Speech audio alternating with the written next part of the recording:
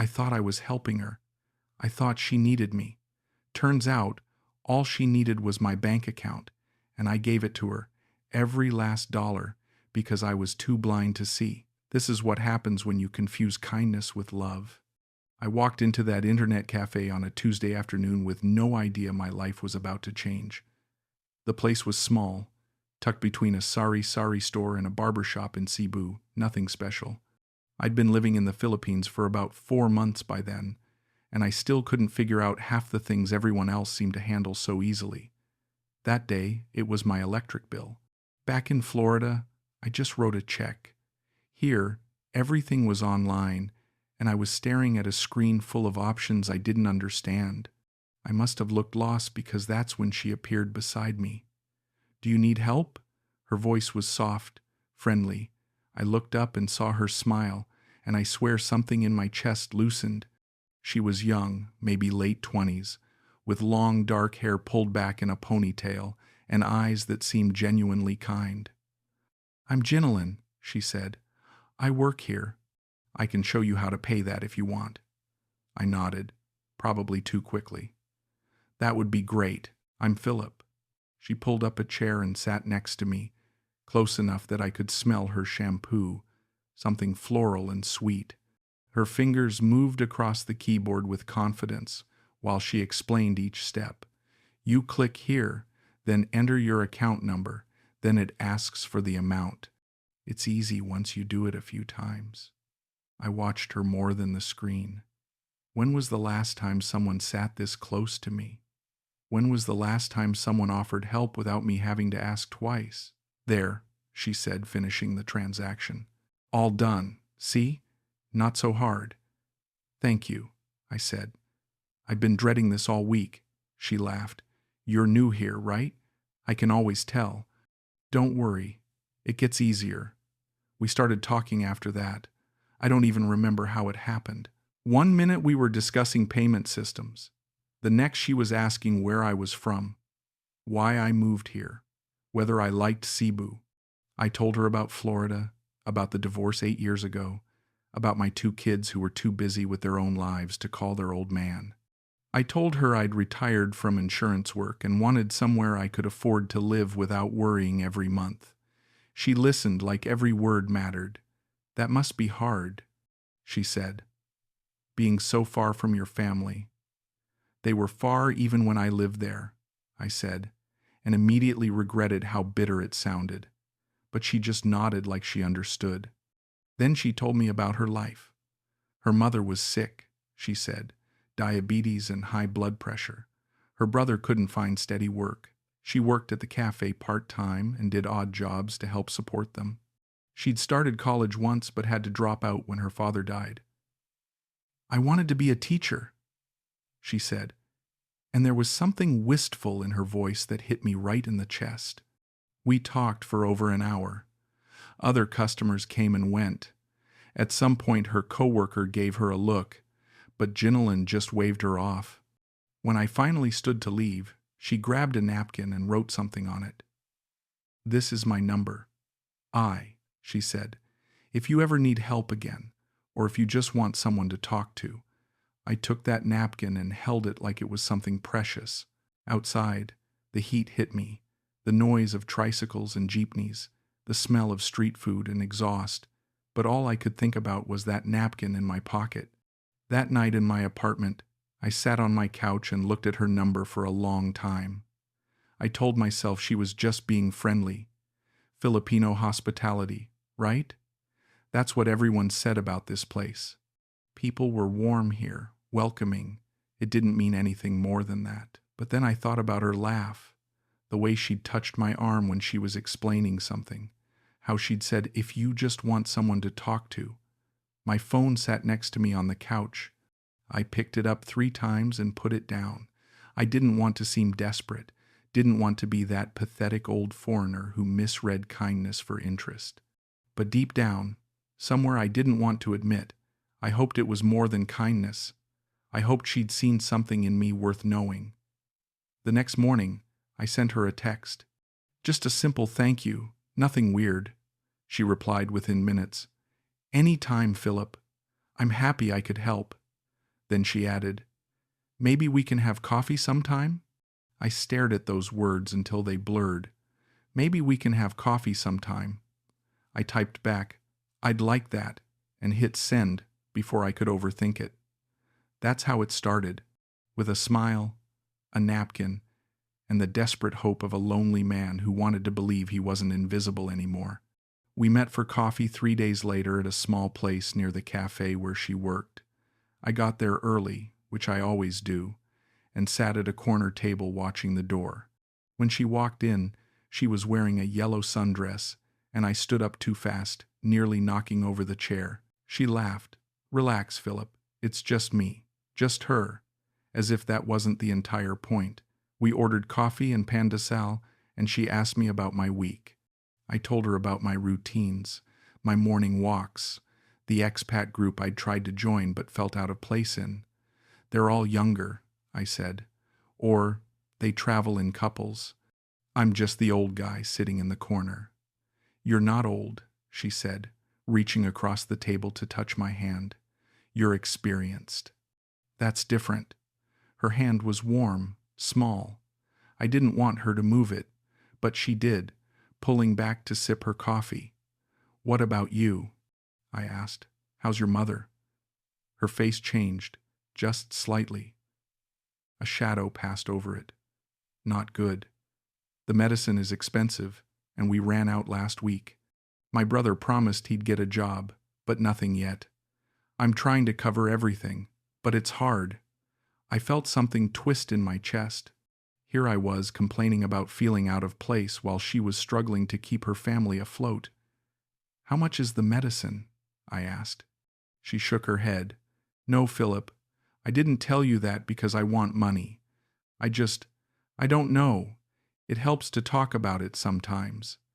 "I know," I said, "but I'm asking anyway. How much?" She looked at me for a long moment, and I saw something in her eyes. Gratitude, maybe, or relief. 2,000 pesos. It's not much, but when you don't have it, it feels like a mountain. 2,000 pesos. That was about $35. I pulled out my wallet. "Let me help." "Philip, no. I can't. Please," I said. It would make me feel good to do something useful. She took the money slowly, and then she stood and came around the table and hugged me. Right there in the cafe, in front of everyone. I felt her body against mine, felt her breath on my neck, and I closed my eyes and held on maybe a second too long. She whispered, "You're not like other foreigners. You actually care." That hug stayed with me for days. I'd be making breakfast and remember the weight of her arms around me. I'd be lying in bed at night and feel the ghost of her pressed against my chest. I started texting her every morning. Good morning messages, asking how her day was going, whether her mother was feeling better. She always replied, usually with heart emojis or smiley faces. Sometimes she'd send me pictures, her at the cafe, her having lunch with friends, her walking along the pier. I saved every single one. We met for coffee again 4 days later, and this time I paid for her tricycle ride home. She tried to refuse, but I insisted. The week after that, I bought her lunch. She told me about her brother, how he'd been rejected from another job, how stressed she was trying to hold everything together. "I just wish I had someone to lean on," she said, and the way she looked at me when she said it made my heart race. "You can lean on me," I told her. The words came out before I could stop them, but I didn't regret them. She smiled, that beautiful smile that made me forget I was 64 and alone. "You really mean that?" "I do." 2 weeks after we first met, she invited me to her family's house for dinner. I didn't know what to expect.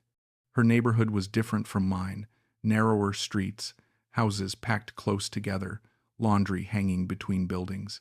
She met me at the corner and walked me in. "Don't be nervous," she said. "They're going to love you." Her mother was small and frail, sitting in a plastic chair in the living room. When I walked in, she smiled and said something in Visayan. Ginalyn translated. "She says thank you for helping us. She says you're a blessing." I felt my throat tighten. A blessing. When was the last time anyone called me that? Her brother appeared from the back, mid-20s, thin, wearing a faded basketball jersey. He shook my hand firmly. Nice to meet you, Kuya Phillip. Kuya. Older brother. A term of respect. We ate dinner together, chicken adobo and rice, and even though I couldn't understand half the conversation, I felt more at home than I had in months. They included me, asked me questions through Ginalyn, laughed at my stories about Florida. When I left that night, Ginalyn's mother hugged me. Salamat, she said. Thank you. I walked back to my apartment in a daze. This wasn't about attraction anymore. This was about family, about belonging, about being needed. I told myself the money didn't matter. I told myself I wasn't buying affection. I was just helping people I cared about. But late that night, lying in bed, I felt a small voice in the back of my mind whisper, "Is it real?" I pushed it away.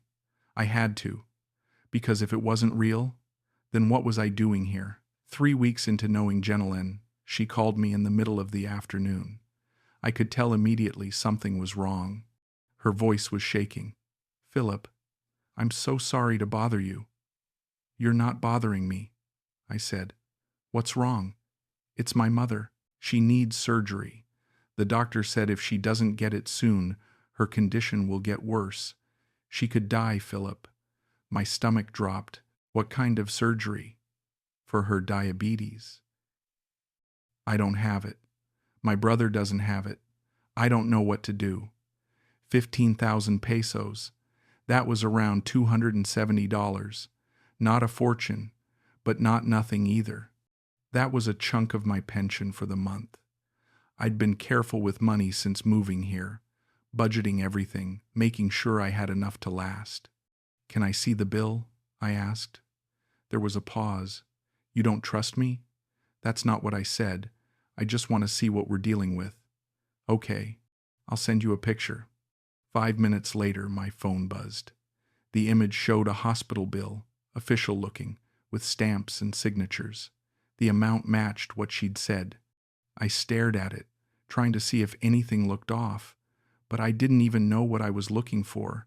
I thought about her mother, that frail woman who'd hugged me and called me a blessing. I thought about Ginalyn, the fear in her voice. "Phillip," she said, "are you still there?" "I'm here." "I'm so sorry to ask. I know it's a lot. If you can't, I understand. I'll figure something out." But how would she figure it out? She was already stretched thin. Her brother had no job. They had no savings. If I said no, what would happen to her mother? "I'll transfer it to you today," I said. "Phillip?" "No, It's okay. I want to help." She started crying on the phone. "Thank you. Thank you so much. You're saving her life. You're saving our family." When I hung up, I sat there for a long time staring at my bank app. Then I transferred the money. That night she texted me a picture of herself at the hospital with her mother.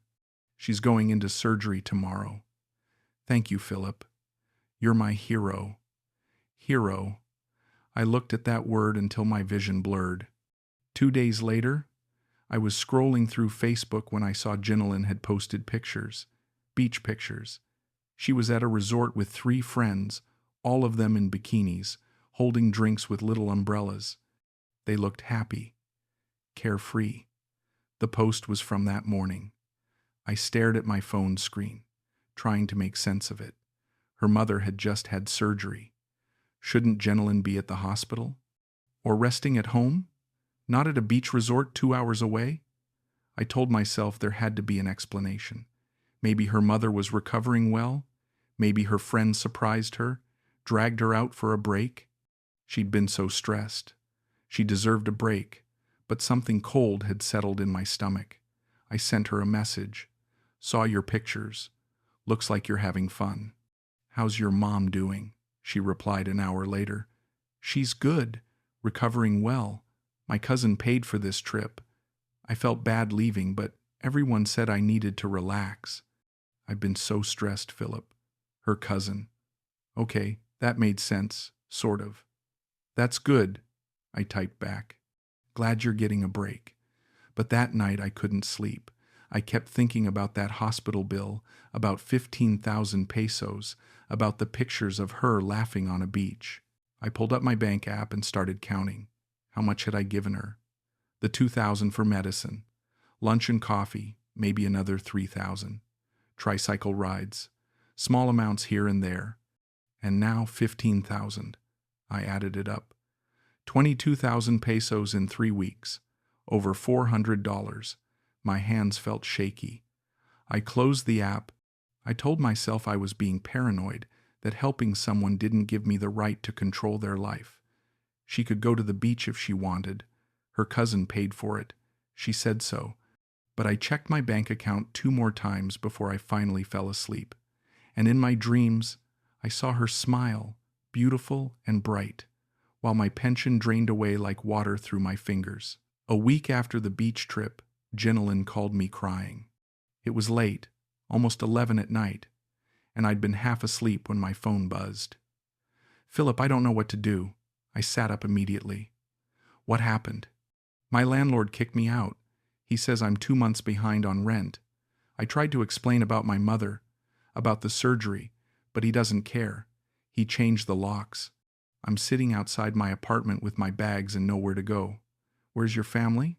"I can't go there. There's no room. My brother's friends are staying with them right now." I tried calling my cousin, but she's not answering. "Philip, I'm scared." I could hear the fear in her voice, real and raw, and my chest tightened. "Come to my place," I said. The words were out before I could think them through. "What?" "Come here. I have a spare room. You can stay until you figure things out." "Philip, I can't. That's too much to ask." "You're not asking. I'm offering.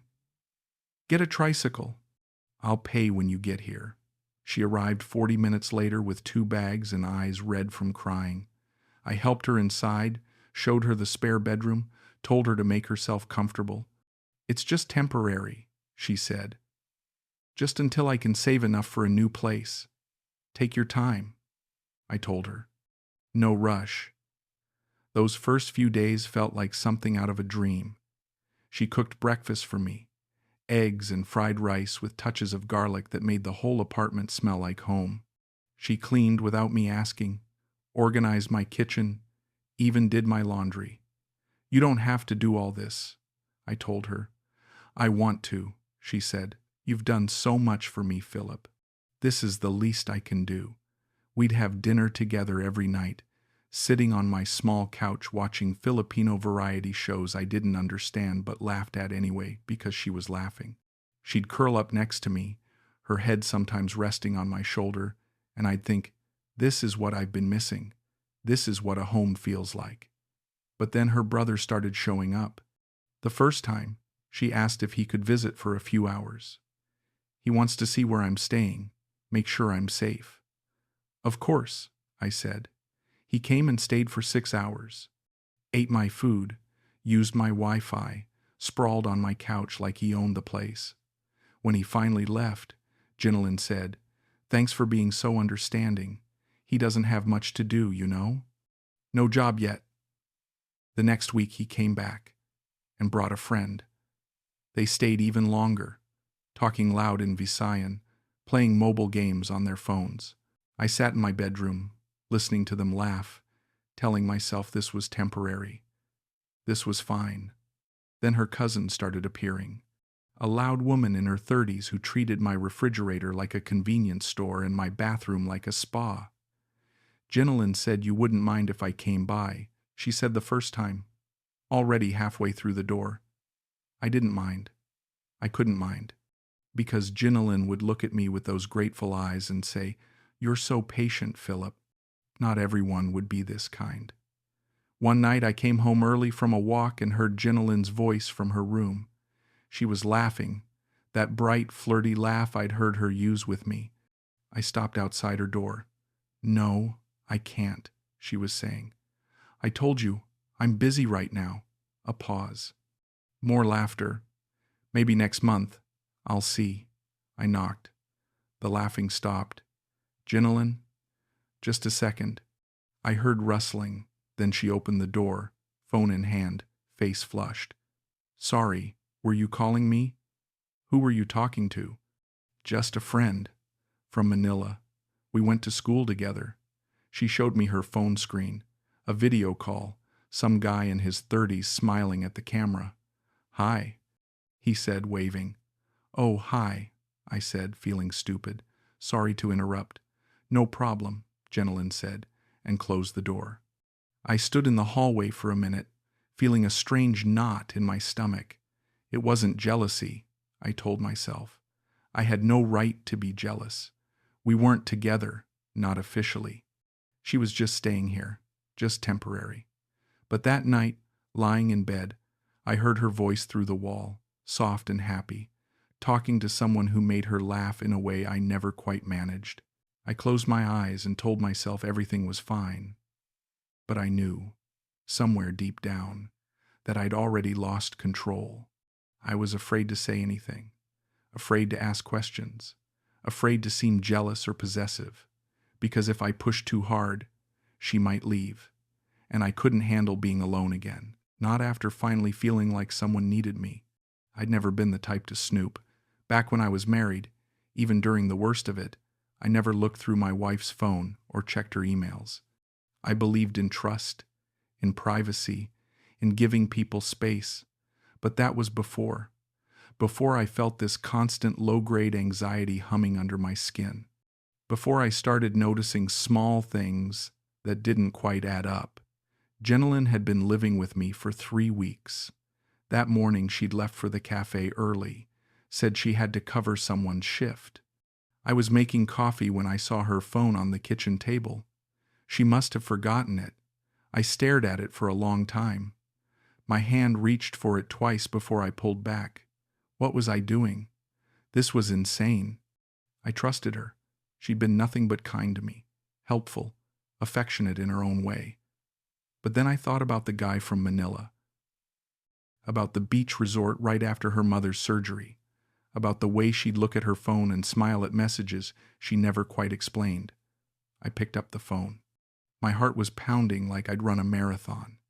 I knew her passcode. She'd told me weeks ago when she asked me to check a message for her while she was in the shower. It felt like a sign of trust then. Now it felt like a trap I was walking into willingly.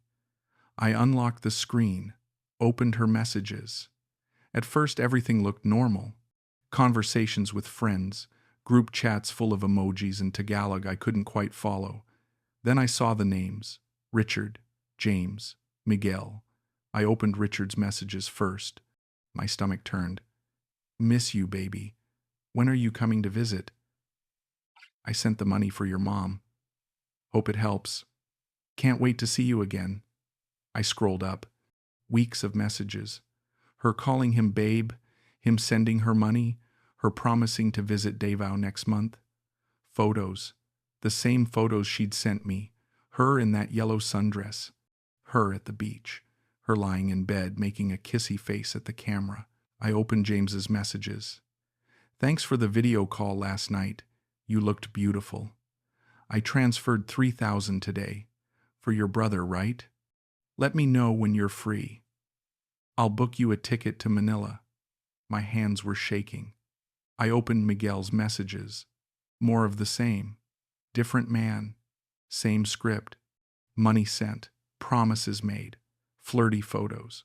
Plans to visit that never seemed to happen. There were voice messages. I played one. Her voice, sweet and breathy. I miss you so much. I wish you were here. No one treats me like you do. My vision blurred. I sat down hard on the kitchen chair. There were 4 men. 4. All of them sending her money. All of them thinking they were special. All of them, including me, being played like instruments in an orchestra we didn't know we'd joined. The front door opened. I looked up. Ginalyn walked in, saw me holding her phone, and her face went white. Phillip, tell me this isn't what it looks like. She rushed over, tried to take the phone. I pulled it back. Tell me these men are just friends. They are. Phillip, you don't understand. I understand perfectly. You're talking to 4 different men, asking all of them for money, sending them photos, making promises. It's not like that. Her voice rose, desperate. They're lonely, okay? I'm just being nice to them. They're foreigners here, with no one to talk to. I help them, and sometimes they help me. That's it. You call them baby. You send them the same pictures you send me. Because it makes them feel good. You know how it is, Philip. These men, they're alone. They need someone to care about them. I'm giving them company, and they're giving you money. She stared at me, and something shifted in her face. The desperation melted away, replaced by something colder. Yes, they give me money. Because I need it. Because my family needs it. You think I want to do this? You think I enjoy talking to 4 different men every day, making them feel special, listening to their problems? Then why do it? Because I don't have a choice. She was yelling now. You have no idea what it's like, Philip. You sit here in your comfortable apartment with your pension and your savings and you judge me. I'm trying to survive. My mother is sick. My brother can't find work. I dropped out of college because we couldn't afford it. What am I supposed to do? I felt something crack inside me. So I'm just another ATM to you. No, you're different. How? How am I different? Because I actually care about you. Her eyes filled with tears. Those other men, they're nothing. Just transactions. But you, Philip, you've been kind to me. You've let me stay here. You've helped my family. I'm grateful. Grateful isn't the same as honest. She moved closer, put her hand on my arm. Philip, please, don't be angry.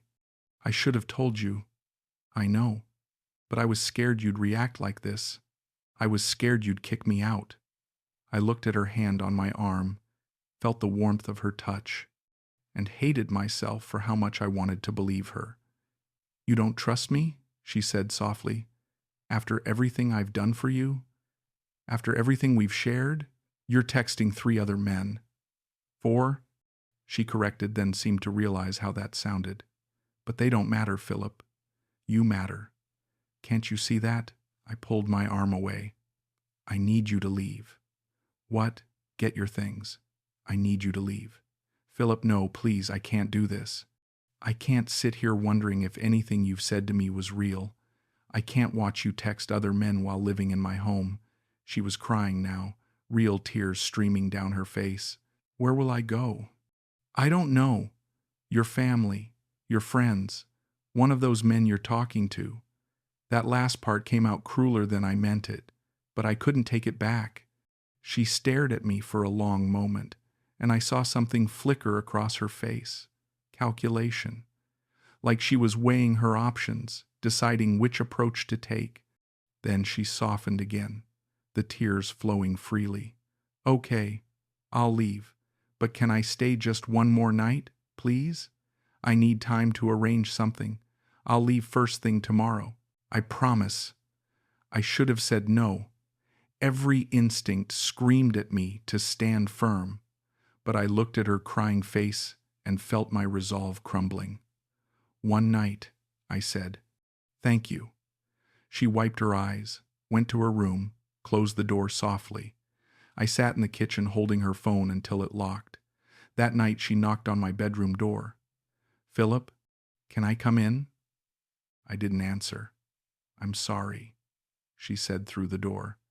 I know you're hurt, but please know that I never meant to deceive you. You're special to me. You really are. I lay there in the dark, listening to her footsteps retreat. And the worst part, the part that made me hate myself, was that I wanted to believe her. Even after seeing the messages, the photos, the proof of everything she was, part of me still wanted to believe I was different. That night I finally understood what my ex-wife must have felt when she caught me emotionally checking out of our marriage years before I filed for divorce. That helpless rage at being disrespected, that humiliation at being taken for a fool. I stared at the ceiling until dawn and told myself tomorrow she'd be gone. Tomorrow I'd get my life back. Tomorrow I'd start healing. But deep down, I knew it wasn't over. Because she was right about one thing. I was different. I was the one stupid enough to let her stay. She didn't leave the next morning. I woke up to the smell of coffee and found her in the kitchen making breakfast. I thought we agreed you'd leave today. She turned, gave me a sad smile. I know. I'm sorry. I called everyone. My family's place is still full. My friends can't help right now. I just need a couple more days, Philip. Please, just until I figure out where to go. I wanted to be strong. I wanted to tell her no, that this was manipulation, that I was done being used. But the words wouldn't come, because part of me, the pathetic part I hated, didn't want her to leave. Even knowing what I knew, having her there was better than being alone. 2 days, I said. That's it.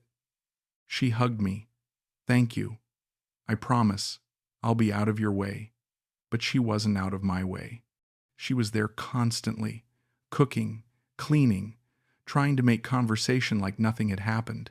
I avoided her mostly, spent more time walking around the city, sitting in coffee shops, anywhere but my own apartment. A week passed. She was still there. I didn't have the heart to force her out. I told myself I was being humanitarian. I told myself I wasn't weak, but I knew the truth.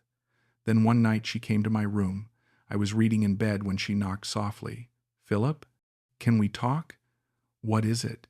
She came in, sat on the edge of my bed. Her face was serious, scared. It's my mother. She's worse. Much worse. What do you mean worse? The surgery didn't work. Not completely. Now they're saying she needs another procedure. Something more serious. But Philip, it costs 80,000 pesos. I don't have it. I've asked everyone. No one can help. 80,000 pesos, $1,400. I felt cold wash over me. That's a lot of money, Ginalyn. I know it is, and I'm so sorry to ask, especially after everything, but I'm desperate. If she doesn't get this surgery, she could die. The doctors said she has maybe a month without it. Why don't you ask one of those other men you're talking to? She flinched like I'd slapped her. I did. Richard said he just paid his rent. James is going through his own financial problems. Miguel stopped responding to me. You're the only one who can help, Philip. You're the only one who actually cares enough. Don't do that. Do what? Don't manipulate me into thinking this is about caring. You want my money. I want to save my mother. She was crying again, big heaving sobs. Please, Philip, I know you're angry with me. I know I messed up. But this isn't about us. This is about my mother. She's dying. I looked at her crying face and felt torn in two. Half of me saw the manipulation clearly, saw how she'd timed this, how she'd stayed in my apartment building trust back up before hitting me with the big ask. The other half saw her mother, that frail woman who'd called me a blessing, and felt sick at the thought of her dying because I was too bitter to help. I don't have 80,000 pesos. What about your savings? Or you could call your family. Maybe they could help? My family. I hadn't talked to my daughter in months. Not since our last fight about money. She'd warned me about getting involved with women here, told me I was being naive. I'd told her to mind her own business. We hadn't spoken since. My daughter won't help me. Please try. Please, Philip. I'm begging you. She was on her knees now, literally on her knees beside my bed, hands clasped like she was praying. It was too much. It was all too much. I'll see what I can do. Her face lit up. Really? Oh, thank you. Thank you. I'm not promising anything, but I'll try. The next day I called my daughter. It rang 4 times before she picked up. Dad? Hi, Jennifer. Silence. Then, it's been a while. I know. I'm sorry about that. How are you? I'm fine. Work's busy. The kids are good. Is everything okay? This was my chance to back out. To say never mind. I just wanted to check in. Let's talk soon. But I thought about Ginalyn's face, about her mother dying, about being the kind of man who could turn his back on someone in need. I need to ask you something, and I know you're not going to like it." I heard her sigh. "How much?" "I have a friend here whose mother is sick. She needs surgery. It's expensive, and I don't have enough to cover it. I was hoping you could wire me some money. I'll pay you back." "How much, Dad?" 80,000 pesos. About $1,400. $1,400? Are you insane? Her mother will die without this surgery. Her. It's a woman. I knew it. Dad, you're being scammed. You don't know that. Yes, I do. This is exactly what everyone warned you about. These women target older foreign men, make up stories about sick relatives, and drain their bank accounts. How much have you given her already? That's none of your business. It is my business when you're calling me asking for money because you've already blown through yours. Her voice was rising. I'm not sending you anything, and I'm telling you right now, you need to cut this woman off before she ruins you. Her mother is dying, Jennifer. So she says. Have you seen medical records? Have you actually gone to the hospital with her, or are you just taking her word for it? I thought about the hospital bill from before, about how I'd never actually met her mother after that first dinner, about how all of Ginalyn's crises happened when I wasn't around to verify them. You're making a huge mistake, Jennifer said, and I'm not going to help you make it. I'm sorry, but no. She hung up. I sat there holding the phone, feeling a mixture of anger and shame. Anger at Jennifer for not understanding. Shame because part of me knew she was right. That night I told Ginalyn, I'm sorry. She refused. Ginalyn's face crumpled. What am I going to do? I didn't answer. I didn't know. Phillip, she said softly, do you have a credit card? What? Maybe you could take a cash advance, just until I can pay you back. I swear I'll pay you back. Every peso. Ginalyn, I can't, please, please. I don't know what else to do. I can't watch my mother die. I can't. She was sobbing, clinging to me, and I felt something break inside. I thought about my mother, how I'd felt when she passed, how helpless and desperate I'd been, how I would have given anything to save her. Okay, I said. Okay, I'll do it. The next day I went to an ATM and took out the maximum cash advance my credit card would allow. 3 separate transactions, 80,000 pesos. The machine spit out the bills and I stood there staring at them, feeling sick. When I got home, Ginalyn was waiting. I handed her the money. She counted it, then hugged me so tight I could barely breathe. Thank you, she whispered. You saved her life. I'll never forget this, Phillip. Never.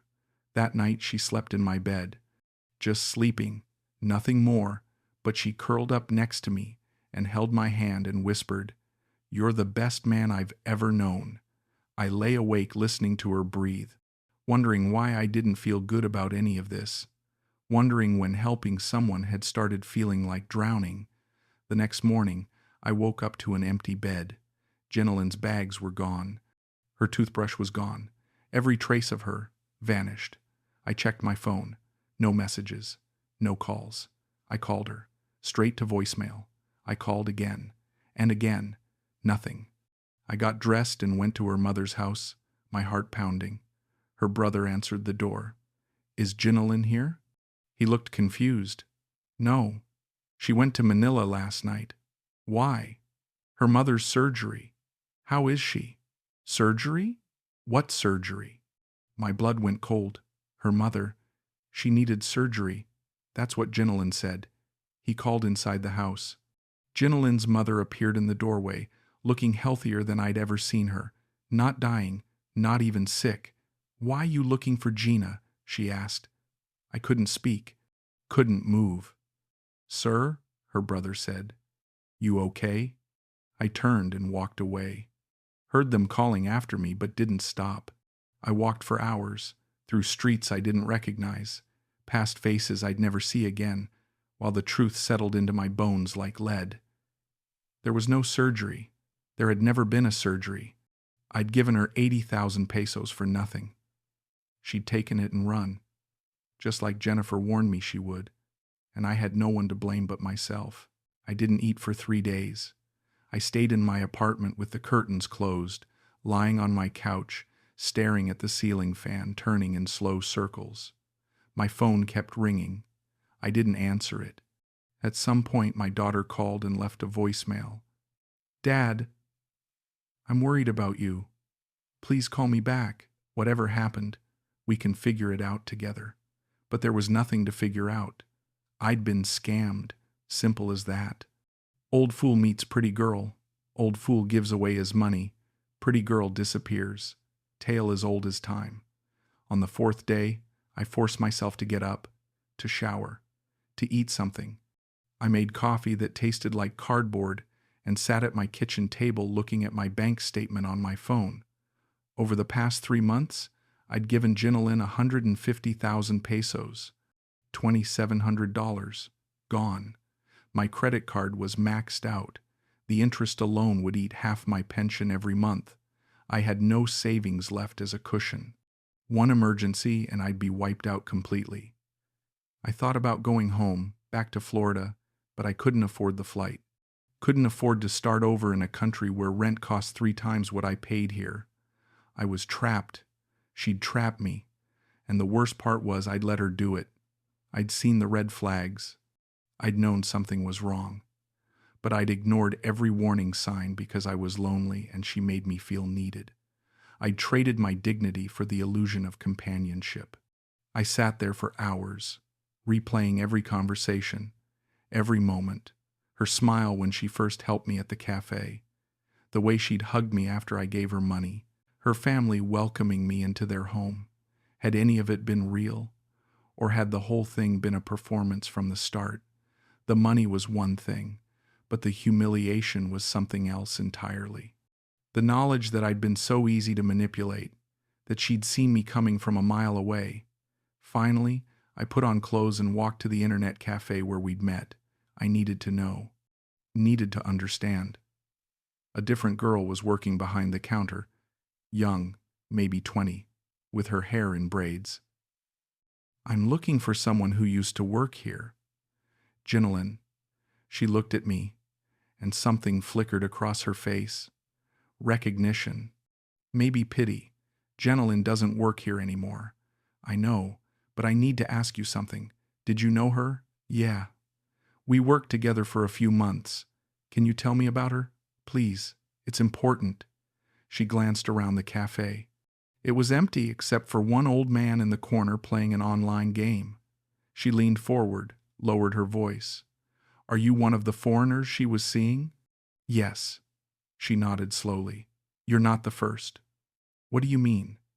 "Gina does this. Like, it's what she does. She meets foreign men, usually older ones, gets them to trust her, asks for money, and then disappears when they run out. I saw her do it 3 times while I worked here. There was an Australian guy, a British guy, and some American before you. I felt like I'd been punched in the stomach. But her mother's fine. I've met her. She's healthy. The sick mother thing is just a story Gina uses. Sometimes it's her mother, sometimes her brother, sometimes herself. Whatever works. And no one stops her?" The girl shrugged. "What am I supposed to do? She's not doing anything illegal.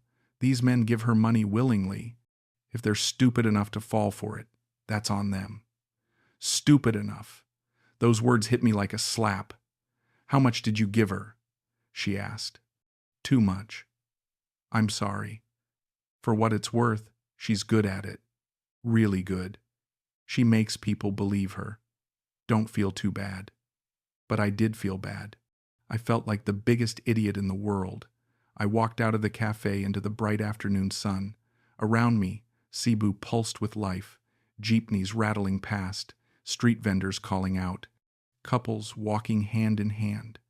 The world moving forward while I stood still. I thought about my ex-wife, about how she'd warned me that moving to the Philippines was a mistake, about my daughter saying I was being scammed, about every person who tried to tell me the truth while I plugged my ears and insisted they didn't understand. They'd all been right. and I'd been wrong. I walked to the pier and stood looking out at the water. Tourist boats bobbed in the harbor. Somewhere out there was the beach resort where Ginalyn had gone right after I paid for her mother's fake surgery. She'd probably laughed about it with her friends, probably told them how easy it was, how I'd believed every word. I pulled out my phone and looked at our message history. All those good morning texts, all those heart emojis, all those promises that I was special, that I mattered, that she cared. I deleted the conversation. Then I blocked her number. It didn't make me feel better, but it felt like something, a line drawn, a door closed.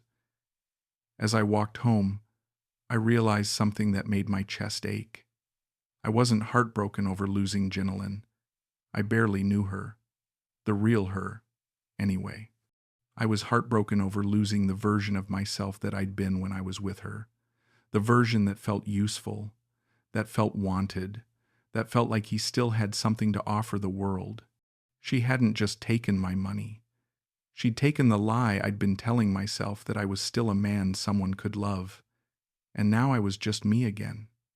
64 years old, alone in a foreign country, living on scraps, no family nearby, no real friends, no one who cared if I lived or died. That was the real betrayal, not the money, but the mirror she'd held up that forced me to see exactly how desperate and pathetic I'd become. It's been 2 months since Ginalyn disappeared. I'm still in Cebu. I can't afford to leave. I moved to a cheaper apartment, 1 room with a bathroom and a hot plate, in a neighborhood where I'm the only foreigner. The rent is half what I paid before. I eat cheap meals, rice, eggs, sometimes vegetables from the market. I've lost weight, maybe 20 pounds. My clothes hang off me. I don't talk to strangers anymore. When people approach me on the street, I say no before they even finish their question. No, I don't need a tour guide. No, I don't want to buy anything. No, I'm not interested. I've become the bitter old expat I used to judge at the foreigner hangouts, the one sitting alone at the bar, glaring at everyone, assuming the worst about every interaction. I hate that I've become that person, but I can't seem to stop. My daughter calls me once a week now. She feels guilty, I think. Guilty that she was right. Guilty that she didn't help me. Guilty that I'm stuck here because of my own stupidity. You should come home, Dad, she said last week. I can't afford the flight. I'll buy you a ticket. And then what? Live on your couch? I can't afford Florida rent. At least here my pension stretches enough to survive. But you're miserable there. I'm miserable everywhere. At least here it's warm. She sighed. I'm sorry. About all of it. It's not your fault. You tried to warn me. I didn't listen. Still, you're my dad. I should have helped. But she shouldn't have. She was right not to. And we both know it. Sometimes I walk past the places Ginalyn and I used to go. The coffee shop where we had our first date. The internet cafe where we met. The pier where she said she felt safe with me. I don't know why I torture myself like this. Maybe I'm trying to remember what hope felt like. Or maybe I'm trying to punish myself for being so blind. Other times I see couples on the beach, foreign men with Filipino women, holding hands, laughing, looking happy, and I wonder if any of them are real. Maybe some are. Probably some are. But I'll never know which ones. I'll never trust it again. That's the real damage Ginalyn did.